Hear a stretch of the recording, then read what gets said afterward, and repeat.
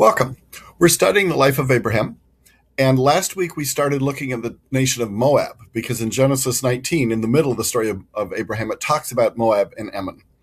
And I went through the whole teaching, or almost the whole teaching, and realized I spent 40 minutes on it. So I cut it off at the 20-minute mark and just gave you that part last week. So today what I want to do is take the second half of that teaching and just continue on from there. But I'm not going to give you any other special introduction. We're just going to jump right into where I was last week when I was just going straight ahead without noticing the time. So it's going to be kind of awkward, but we're going to begin with Deuteronomy 23 and then go through several more passages. We're still going to be missing the prophecies about Moab at the very end, and that's what we're going to look at probably next week.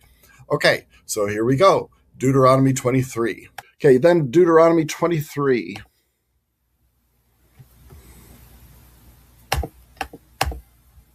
Oops, I went past it.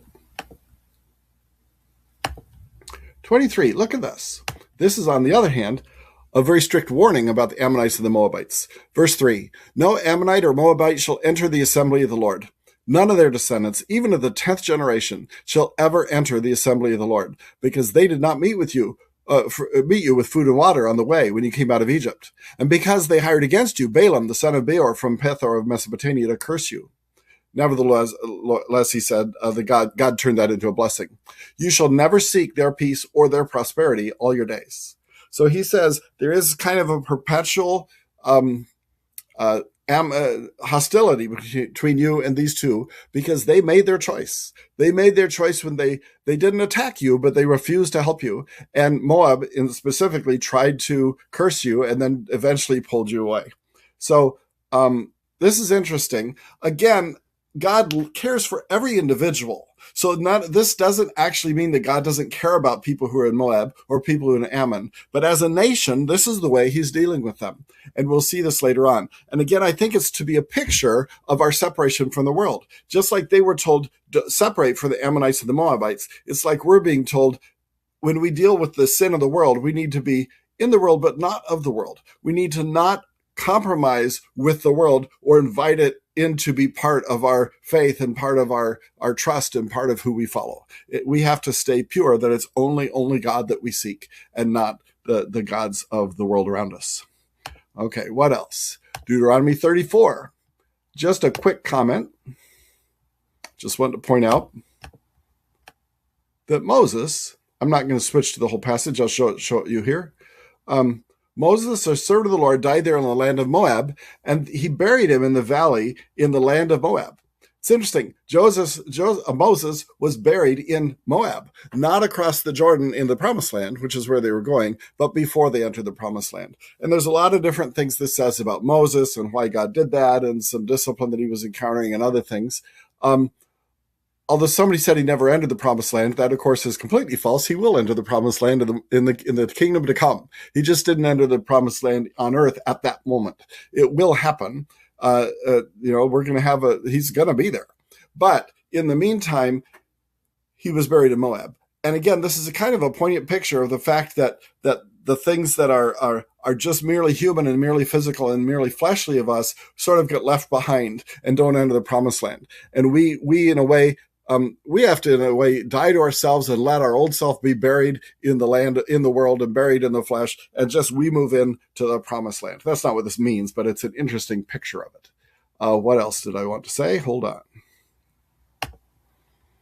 on. Judges.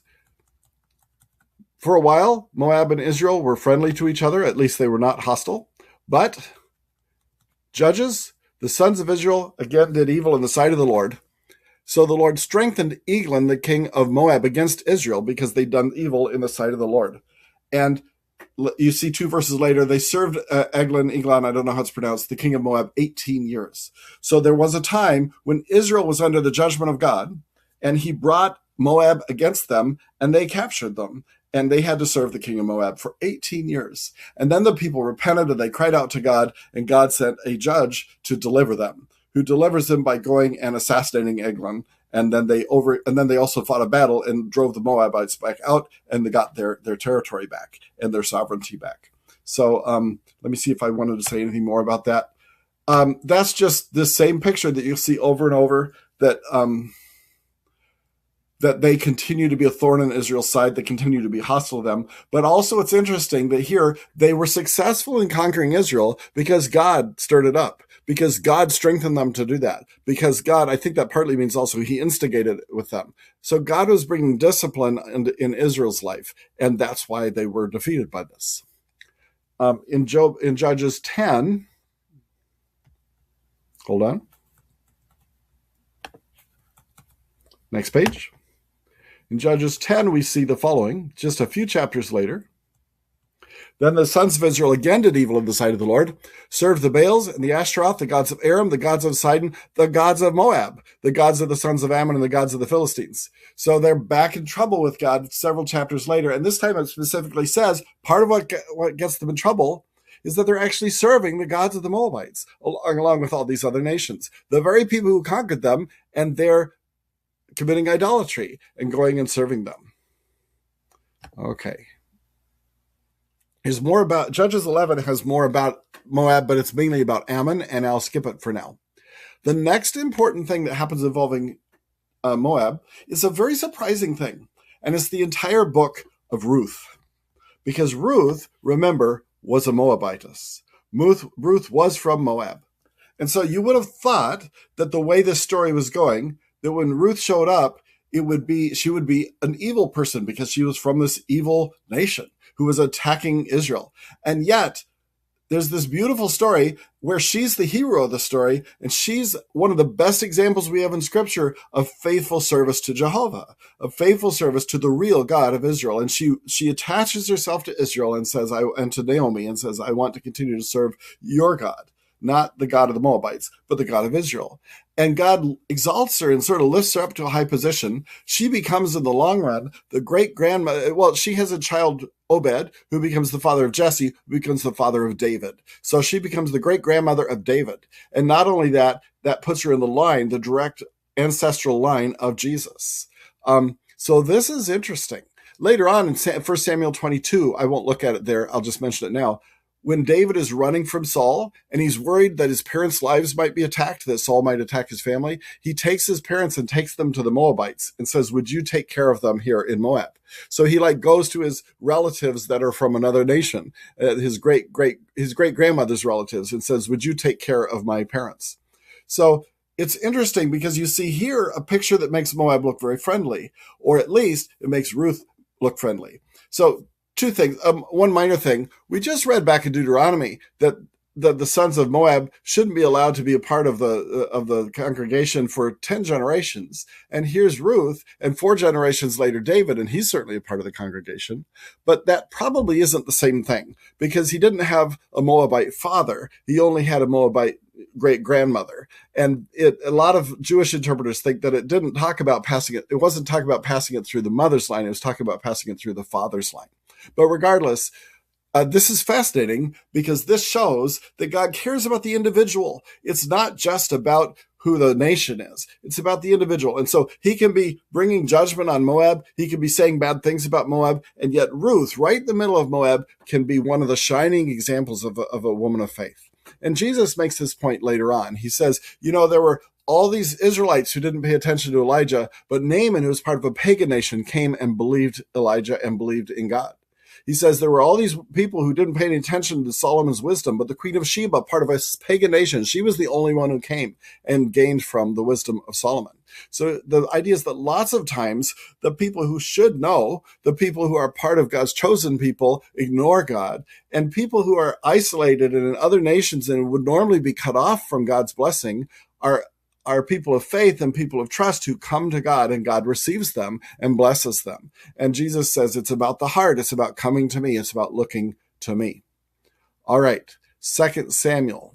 I'm not going to look this up very much, but you see there David expanding Israel's territory and defeating all sorts of enemies, including the Moabites. And it's pretty brutal. He talks about that he takes the Moabites, lines them up, and kills 2/3 of them and leaves the other third. And then they stay under Israel's rule for several generations. Let's see. Then we have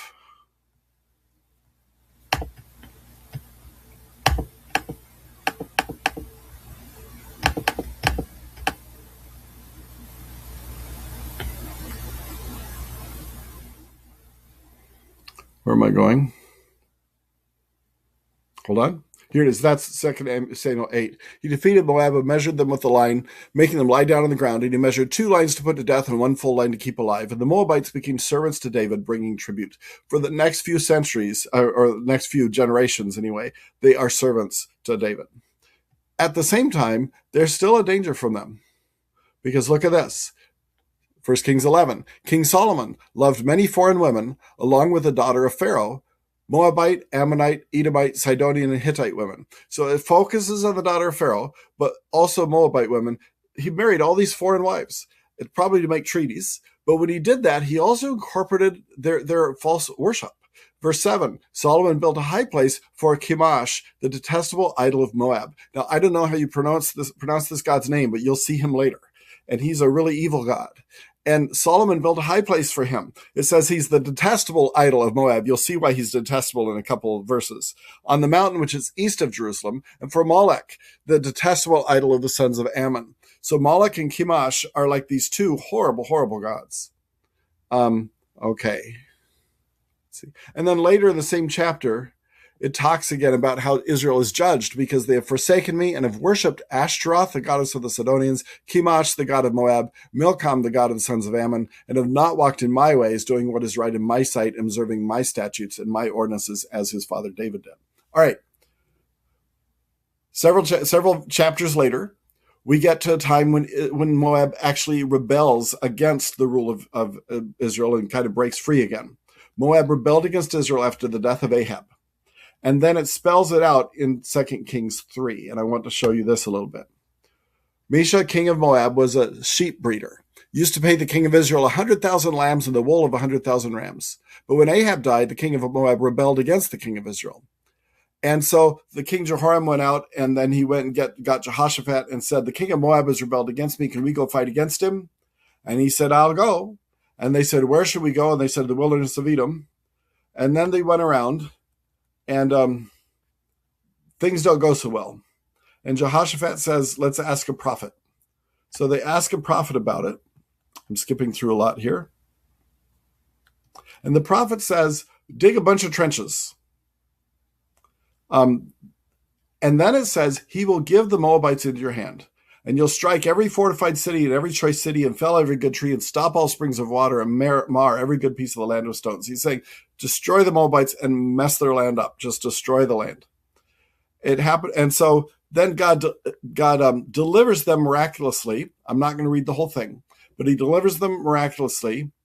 And so verse 24, when they came to the camp of Israel, the Israelites arose. Well, he delivers them miraculously at the beginning, and then Israel ambushes them.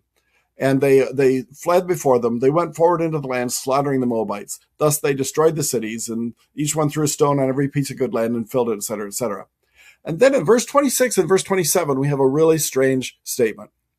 When the king of Moab saw that the battle was too fierce for him, he took with him 700 men who drew swords to break through to the king of Edom, but they could not. Then he took his oldest son, who was to reign in his place, and offered him as a burnt offering on the wall. And there came great wrath against Israel, and they departed from him and returned to their own land. So this is one of the strangest stories in Scripture. Moab is on the ropes. He can't even break through. He looks like he's going to be killed, and he does this last-ditch thing. He sacrifices his son, burns him alive, or maybe kills him and then burns him, as a burnt offering to his God. This is going to be the God of Chemosh. And then it says, then came great wrath against Israel. And they just left, and they left him alone. So what's going on? The first question is, whose wrath? I don't think it was God's wrath, because God wanted them to attack. It quite possibly means the people's wrath, that when he did this, all his people were whipped up into a frenzy, and they fought so fiercely that Israel left. But I think it's hinting that the wrath was actually some sort of demonic thing. That like he offered this to Chemosh, and there was this spiritual power, this negative demonic power that was poured out because of this sacrifice. Now, that's still weird, because whether it's the people of Moab or whether it's demonic, this should not be enough to defeat God's people. God said, you're going to defeat Moab. Now, maybe they'd already defeated Moab, and this was just where it was going to end. But I also wonder if Israel was wrong to depart from here. I wonder if they were supposed to stick it out and keep fighting. And they just got frightened and left. And God was like, well, okay, that's as far as your victory is going to go because you didn't take the chance. In any case, I think this hints at the fact that there was human sacrifice and that it was not just a terrible error in humanly, but it was a demonic thing, and just shows the wickedness of the religion of Moab and the wickedness of what they were about. Again, it's a great picture for us of the fact that we forget that the world is hostile to God. We forget of the wickedness that is involved in the world sometimes. Okay, what else did I want to mention?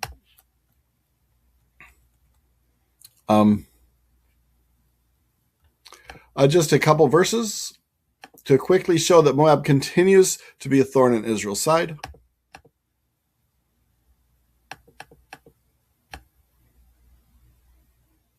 Notice this, Elisha died and they buried him. Now the bands of the Moabites would invade the land in the spring of the year. So every year they would invade the land.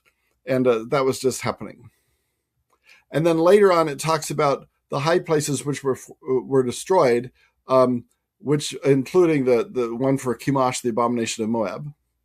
And then later on, many near the end of the book of 2 Kings, it talks about how the Lord sent against one of the kings bands of Chaldeans, bands of Arameans, bands of Moabites, and bands of Ammonites. I think that's one of the kings. Okay, let's see. There's some other stuff. That just shows how they continue to be attacked. Later, they join in that's actually here, they're joining in with Babylon and Assyria. But it's all part of God's discipline and God's judgment. It's never that God can't handle Moab. It's always that he's allowing these things to happen to bring Israel back to him. All right, next passage, Ezra 9:1. And we're going to look at Nehemiah as well. Remember that thing about keep them separate, don't let them enter your congregation for 10 generations? Ezra 9:1 said, the people of Israel and the priests and the Levites have not separated themselves from the people of these peoples of the lands according to their abominations. Those of the Canaanites, the Hittites, the Perizzites, the Jebusites, the Ammonites, the Moabites, the Egyptians, and the Amorites. He says, as they were rebuilding the temple and bringing Israel back together, and Ezra notices the princes come to him and say, you know what? We've got the walls being built and we've got the temple being restored, but the people are still not separating themselves from the other nations. And then in Nehemiah, which happened at the same time, you get this. On that day, they read aloud from the book of Moses in the hearing of the people, and there was found written in it that no Ammonite or Moabite should ever enter the assembly of God. And they're like, oh, we're not supposed to be letting them enter the assembly. And then later on, he says in the chapter, I saw that the Jews had married women from Ashdod, Ammon, and Moab. And he goes on to say, let's go look at it. He goes on to, as for their children, half spoke in the language of Ashdod. None of them was able to speak the language of Judah, but the language of his own people. So I contended with them and cursed them and struck some of them and pulled out the hair and made them swear by God, you shall not give your daughters to their sons, nor take of their daughters for your sons or for yourselves. Didn't Solomon, king of Israel, sin regarding these things? And yet he was a great king. And didn't you hear about how much he sinned by this? Don't do this anymore. So he basically, they have to stop doing this. And again, it's a great picture of the fact that for God, we can't compromise with the world. Now, it's not a picture saying that we shouldn't intermarry with other nations, because this was the Old Testament. And in the New Testament, God makes it clear all nations are now all nations are clean in God's sight, and they're all extended the gospel. And one day we'll all be part of the great worship of all the saints.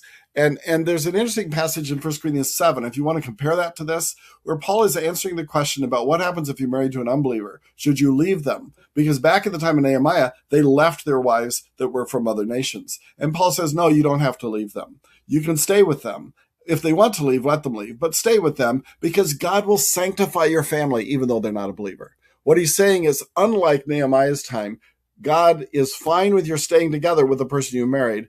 Stay at peace, live together with them, be a good example to them, continue to love them. But if they need to go, if they want to go, let them go.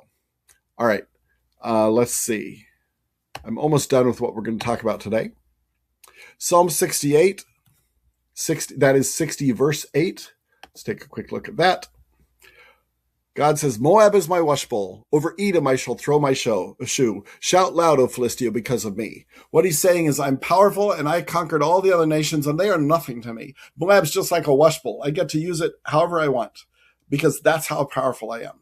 In Isaiah, he says, all the nations are like a drop in the bucket. I can do anything with any of the nations that I ever want.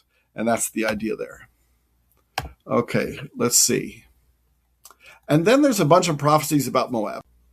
Okay, I'm interrupting my own video once again to say that that's where we're ending this section of the teaching on Moab. Next week, we're going to look at the prophecies about Moab, and that I think will finish the thing with Moab. So thanks for coming. See you next week.